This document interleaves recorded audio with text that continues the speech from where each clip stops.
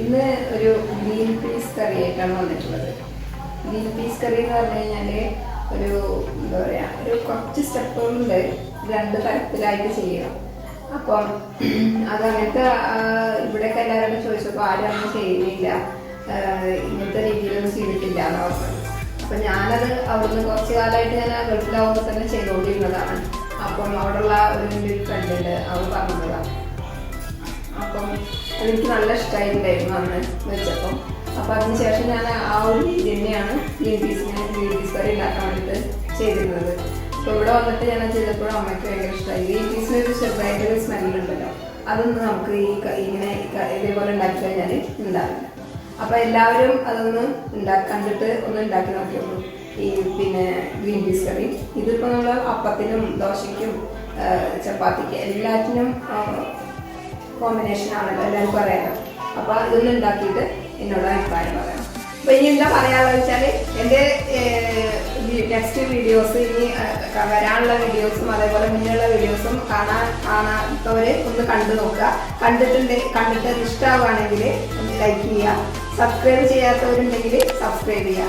അതേപോലെ തന്നെ ബെല്ലൈക്കൺ അമർത്തുക. ബെല്ലൈക്കണിൻ്റെ ഓളാണ് പ്രസ് ചെയ്യേണ്ടത്. അത് എല്ലാവർക്കും അറിയുന്നതായിരുന്നു. അപ്പോൾ നമുക്ക് ഇനി ഇൻഗ്രീഡിയൻസും അതിൻ്റെ എങ്ങനെ ഉണ്ടാക്കുന്നതും കാണാം. ഇന്ന് ഉണ്ടാക്കാൻ പോണത് സ്പെഷ്യൽ ഗ്രീൻ പീസ് മസാലയാണ്. അപ്പോൾ അതിലേക്ക് വേണ്ട സാധനങ്ങളാണ് ഇപ്പോൾ ഇവിടെ വെച്ചിട്ടുള്ളത്. അത് 2 തരത്തിലുണ്ട്. ഒന്ന് അരയ്ക്കാനുണ്ട്, സവാളയൊക്കെ ഒന്ന് വഴറ്റിയിട്ട് അരയ്ക്കാനുണ്ട്. മറ്റേത് അരച്ചതിലേക്ക് ഇടാനുള്ളതാണ്. അപ്പോൾ ആദ്യം അരയ്ക്കാനുള്ളത് ഞാൻ പറഞ്ഞുതരാം. ഗ്രീൻ പീസ് ഇവിടെ വേവിച്ച് വെച്ചിട്ടുണ്ട്. ഇനി അതിലേക്ക് വേണ്ടത് വെളുത്തുള്ളി ഒരു ടീസ്പൂൺ, 1 ടേബിൾ സ്പൂണ്, ഇഞ്ചി 1 ടേബിൾ സ്പൂണ്, കാഷ്യൂനട്ട് ഒരു 3-4 എണ്ണം. പിന്നെ അരയ്ക്കാനുള്ളതാണ് ഇപ്പോൾ ഞാൻ ആദ്യം പറയാൻ പോണത്. അപ്പോൾ അതുകൊണ്ട് ഇത് അരയ്ക്കാനുള്ളതാണ് ഇത്രയും ഭാഗങ്ങൾ: വെളുത്തുള്ളി, ഇഞ്ചി, കാഷ്യൂനട്ട്. അതേപോലെ തന്നെ സവാള ഒരു മീഡിയം സൈസ് 4 എടുത്തിട്ടുണ്ട്. പിന്നെ ആവശ്യമുള്ളത് മസാലപ്പൊടികളാണ്. ഇത് കാശ്മീരി ചില്ലിയാണ് എടുത്തിരിക്കുന്നത്. കുറച്ചൊരു കളറും കൂടിയും കിട്ടാൻ വേണ്ടിയിട്ടാണ്, എന്നാലോ എരിവ് അധികം ഉണ്ടാവില്ല. 1/2 ടീസ്പൂണ് മഞ്ഞൾപ്പൊടി, 1 ടീസ്പൂണ് മല്ലിപ്പൊടി, 1/2 ടീസ്പൂൺ കുരുമുളക് പൊടി. ഇത്രയാണ്. പിന്നെ തക്കാളി 1 വലുതും 3 ചെറുതുമാണ് എടുത്തിരിക്കുന്നത്. ഈ വലുത് തന്നെ ആണെങ്കിൽ, ഈ വലിപ്പത്തിലുള്ളതാണെങ്കിൽ അത് 2.5 എടുത്താൽ മതിയാവും. ഇപ്പോൾ ഇങ്ങനെ ഞാൻ ചെറുതായതുകൊണ്ടാണ് 4 എടുത്തിരിക്കുന്നത്. അപ്പോൾ നമുക്ക് ഉണ്ടാക്കാം. അപ്പോൾ ഇതിലേക്ക് എണ്ണ ഒഴിച്ചിട്ടുണ്ട്.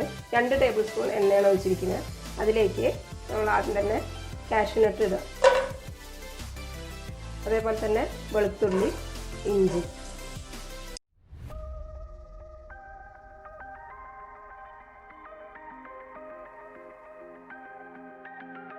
ഇതിങ്ങനെ നന്നായിട്ട് ആവുമ്പോൾ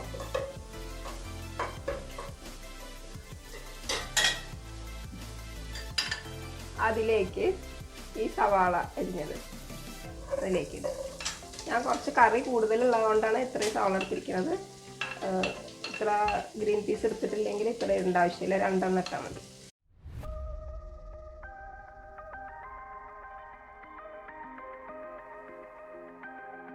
ഇതിലേക്ക് കുറച്ച് ഉപ്പിടാം. ഈ സവാള ഒന്ന് വേഗമാവാൻ വേണ്ടിയിട്ടാണ്. ഈ ഗ്രീൻ പീസിൽ ഉപ്പിട്ടിട്ടാണ് വേവിച്ചിട്ടുള്ളത്. അപ്പോൾ അതനുസരിച്ചിട്ട് കുറച്ചിട്ടാൽ മതി. അപ്പോൾ ഇത് ഒരു ലൈറ്റ് പിങ്ക് കളറായിട്ടുണ്ട്. ഇനി ഇതിലേക്ക് നമുക്ക് ഈ ടൊമാറ്റോ കട്ട് ചെയ്തത് ഇടാം.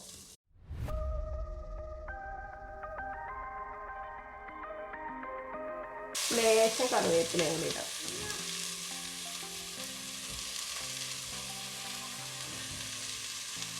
ഇതെല്ലാം കൂടി നമുക്ക് ഇനി അരയ്ക്കണം കേട്ടോ. അതിനുള്ള ഒരു കൂട്ടാണ് ഞാൻ ഉണ്ടാക്കുന്നത്. അപ്പോൾ തക്കാളി നന്നായിട്ട് ആയിട്ടുണ്ട്. ഇനി അതിലേക്ക് നമുക്ക് പൊടികളൊക്കെ ഇടാം. അതിൽ തന്നെ മഞ്ഞൾപ്പൊടി ഇടുക. ഇതൊന്ന് സിമ്മാക്കി വെച്ചിട്ട് വേണം ഇടാൻ വേണ്ടിയിട്ട്. മഞ്ഞൾപ്പൊടി ഒന്ന് വഴറ്റി കൊടുത്തു കഴിഞ്ഞാൽ പിന്നെ മല്ലിപ്പൊടി,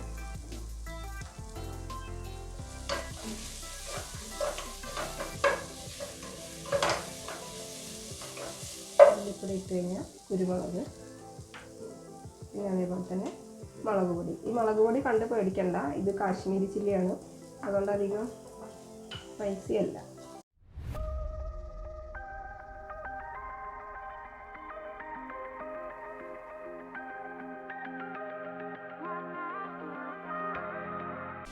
എനിക്ക് വേറൊരു കുഴപ്പം പറ്റിയെന്ന് വെച്ചാൽ ഗ്രീൻ പീസ് ഇത്രയും വേവേണ്ട ആവശ്യമില്ല.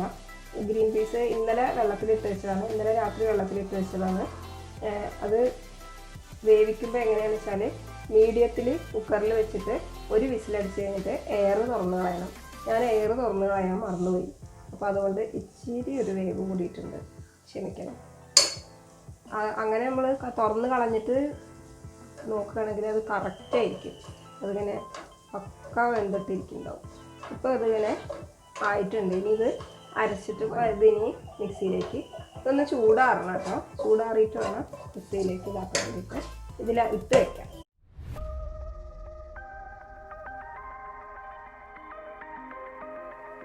ഒന്ന് ചൂടാറണം അരക്കണമെങ്കിൽ.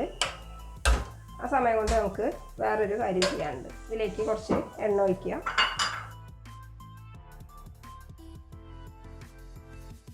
ഒരു 2 ടേബിൾ സ്പൂൺ എണ്ണ ഒഴിച്ചിട്ടുണ്ട്. അതിലേക്ക് ജീരകം, ഇതിലേക്ക് ഇനി ആവശ്യമുള്ളത് ചെറിയ ജീരകം 1/2 ടീസ്പൂണ്, ഏലക്ക ഒരു 3-4 ഗ്രാമ്പു ഒരു 4-5. ഇത് ഓരോന്ന് കണക്ക് എന്ന് പറഞ്ഞു കഴിഞ്ഞാൽ ഈ ഗ്രീൻ പീസ് ഇത്രയും ഉണ്ടായതുകൊണ്ടാണ് ഇത്ര എടുത്തിട്ടുള്ളത്, അല്ലെങ്കിൽ ഇത്രയും ആവശ്യമില്ല. അതിനനുസരിച്ചിട്ട് കുറച്ചിട്ട് എടുക്കണം. അപ്പോൾ ആദ്യം തന്നെ ജീരകം ഇട്ടു, പിന്നെ ഏലക്ക ഇട്ടു, ഗ്രാമ്പു, അത് നന്നായിട്ട് ഇളക്കി കൊടുക്കുക. അതിൻ്റെ ഒരു മൂത്ത മണം വരണം, ആ സമയം വരെ ഒന്ന് ഇളക്കി കൊടുക്കുക. ഇപ്പോൾ ആയിട്ടുണ്ട്. ഇനി അതിലേക്ക് ഈ സവാള, ഇതൊരു 1.5 സവാള ഉണ്ടാവും, ആ സവാള അതിലേക്ക് ഇടുക, അരിഞ്ഞത്. മറ്റേതിൻ്റെ പുറമെയാണിത്, മറ്റേത് അരയ്ക്കാനുള്ളതാണ്. ഇപ്പോൾ ഇത്രയും നേരം നമ്മൾ അരച്ചത് വഴറ്റിക്കൊണ്ടിരുന്നത് അരച്ചിട്ട് എടുക്കാനുള്ളതാണ്. അതിന് പുറമെ ഈ വേണം.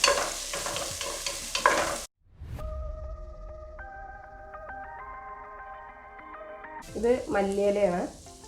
മല്ലിയില എടുത്ത് കുറച്ച് ഇലയാണ് നമുക്ക് ഉള്ളത്, ഞാൻ ഇടണം. മല്ലിയില ഉള്ളവർ നന്നായിട്ട് ഇടണം. അത് ലാസ്റ്റ് നമുക്ക് ഒന്നും കൂടി ഗാർണിഷ് ചെയ്യാനും മല്ലിയില കറിവേപ്പില ഇടുക.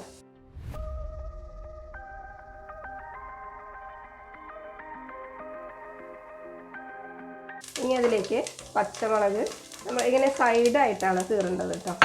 മുളക് ഇതാ ഇങ്ങനെ സൈഡ് കട്ട് ചെയ്തിട്ട് ഇങ്ങനെ ഇട്ടിട്ടുള്ളത് ഇതിലേക്ക് ഇടുക. അതൊരു ഭംഗിക്ക് വേണ്ടിയിട്ടാണ് കേട്ടോ ഇങ്ങനെ അരിയണം എന്ന് പറയുന്നത്. അപ്പോൾ ഇതായിട്ടുണ്ട്. ഇനി ഞാൻ അരച്ച ഇത്രയായാൽ മതി, ഇത് വല്ലാണ്ട് ആവേണ്ട ആവശ്യമില്ല, ഈ ഒരു കളറായാൽ മതി. ഇനി ഇതിലേക്ക് നമ്മൾ നേരത്തെ അരച്ച് വെച്ചിട്ടുള്ള ഗ്രേവി ഇതിലേക്ക് ഒഴിക്കാം. അരച്ചു കൊടുത്തിട്ടുണ്ട്. ഇനി ഇത് ഇതിലേക്ക് ഒഴിക്കാം. ഇത് കുറച്ചും കൂടി വെള്ളം ഒഴിച്ചിട്ട് എടുക്കണം. ഇനി ഇതിലേക്ക് ഇതൊന്ന് തിളക്കട്ടെ, ഒന്ന് കൂട്ടി കൊടുക്കാം. ഇതിലേക്ക് കുറച്ച് നെയ്യ് ഒഴിക്കണം. ബട്ടർ ഉണ്ടെങ്കിൽ ബട്ടർ ആയാലും മതി. നെയ്യ്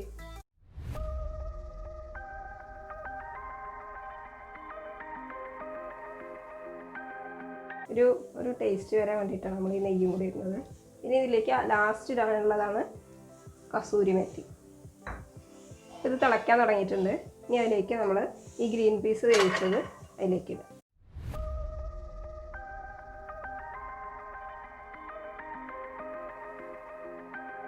കാശ്മീരി ചില്ലി ഇതുകൊണ്ടാണ് ഈ ഒരു കളർ വന്നത്. നോർമൽ നമ്മുടെ വീട്ടിലുണ്ടാക്കുന്ന മുളക് പൊടിയാണെങ്കിൽ ഈ കളർ വരില്ല, അതുകൊണ്ടാണ് കാശ്മീരി ചില്ലി ഇടണമെന്ന് പറയുന്നത്. പിന്നെ നമ്മൾ അതിനനുസരിച്ചിട്ടുള്ള മുളക് നല്ല ആവശ്യമുള്ളവരാണെങ്കിൽ കുറച്ച് നമ്മുടെ മുളക് പൊടി കൂടി മിക്സ് ചെയ്താൽ മതി. പിന്നെ പച്ചമുളകും കുരുമുളകൊക്കെ ഇടുന്നുണ്ടല്ലോ, അപ്പം കുറച്ചൊക്കെ എരിവുണ്ടാവും. ഇനി ഈ സമയത്ത് നമുക്കിതിൻ്റെ ഉപ്പ് നോക്കണം. ഉപ്പ് ലേശം കൂടി ഇടണം. ഇതൊന്ന് തിളക്കട്ടെ, ഒന്ന് ജസ്റ്റ് ഇങ്ങനെ തിള വന്നാൽ മതി. അത് കഴിഞ്ഞാൽ ബട്ടർ ഉണ്ടെങ്കിൽ കൂടുതൽ നല്ലത് ബട്ടർ കുറച്ച് ഇടുന്നത് കേട്ടോ. നമ്മൾ നെയ്യ് ഇടുന്നേക്കാട്ടിലും ബട്ടർ ഇടുന്ന കുറച്ചുകൂടി നല്ലത്. അപ്പോൾ ഇതിങ്ങനെ തിള വന്നിട്ടുണ്ട്. ഇനി ഇതിലേക്ക് ഈ കസൂരി മേത്തി ഒന്ന് ചൂടാക്കിയിട്ട് പൊടിച്ചിട്ടിടണം. അപ്പോൾ അതൊന്ന് ചൂടാക്കാം. അപ്പോൾ അത് ഇതാ കസൂരി മേത്തി ഞാൻ ചൂടാക്കി പൊടിച്ച് വെച്ചിട്ടുണ്ട്. അത് നമുക്ക് ഇതിലേക്ക് ഇടാം. ഇനി ഒന്ന് ജസ്റ്റ് ഇളക്കിയിട്ട് വെച്ചാൽ മതി. അപ്പോൾ നമ്മുടെ സ്വാദിഷ്ടമായ green peas masala, special green peas masala ready ആയിരിക്കുകയാണ്. സാവസിൻ്റെ സ്പെഷ്യലാണ്. ഇത് ഉണ്ടാക്കാൻ ലേശം സമയമെടുക്കും, രണ്ട് ടൈപ്പിൽ ചെയ്യുന്ന കാരണം. പക്ഷേ ഉണ്ടാക്കി കഴിഞ്ഞു കഴിഞ്ഞാൽ വളരെ ടേസ്റ്റിയാണ്. ഇത് അപ്പത്തിൻ്റെ കൂടെ, ദോശയുടെ കൂടെ, പൊറോട്ടയുടെ കൂടെ, ചപ്പാത്തിയുടെ കൂടെ, അതേപോലെ നാനിൻ്റെ കൂടെ, ഇതിൻ്റെ കൂടെയൊക്കെ കോമ്പിനേഷൻ ഉള്ളതാണ്. അപ്പം എല്ലാവരും ഉണ്ടാക്കി നോക്കുമെന്ന് ഞാൻ വിചാരിക്കുന്നു. അതിൻ്റെ കമൻസ് എനിക്ക് കമൻറ്റ് ബോക്സിൽ ഇടുമെന്നും ഞാൻ വിചാരിക്കുന്നുണ്ട്. അപ്പോൾ എല്ലാവരും ഇടുമെന്നുള്ള പ്രതീക്ഷയോടെ നെക്സ്റ്റ് റെസിപ്പി ആയിട്ട് ഞാൻ വരാം. അതുവരേക്കും എല്ലാവരും